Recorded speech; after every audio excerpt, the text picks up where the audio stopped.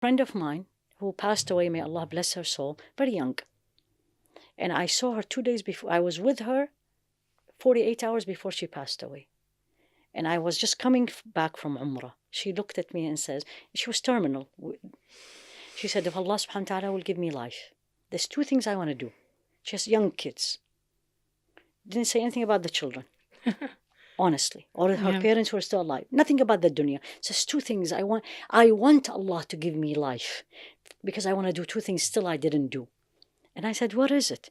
She says, I want to go to his house and I want to memorize the Quran.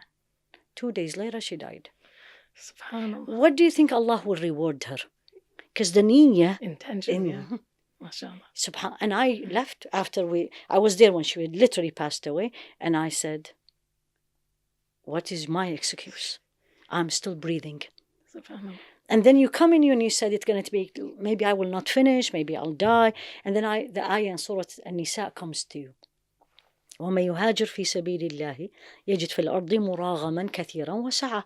So ever migrate for the sake of Allah, he will see a lot of khair and the earth is wide enough for him. But the second part is related to here. وَمَن يَخْرُجْ مِن بَيْتِهِ مُهَاجِرًا إِلَى اللَّهِ وَرَسُولِهِ. When you leave your home for the sake of Allah, migrating for the sake of Allah and His Messenger. And then what happens? ثُمَّ يُدْرِكْهُ الْمَوْتِ. And then he or she dies. فَقَدْ وَقَعَ أَجْرُهُ عَلَى اللَّهِ. Allah will reward him as if he completed his journey. Exactly. So here you go.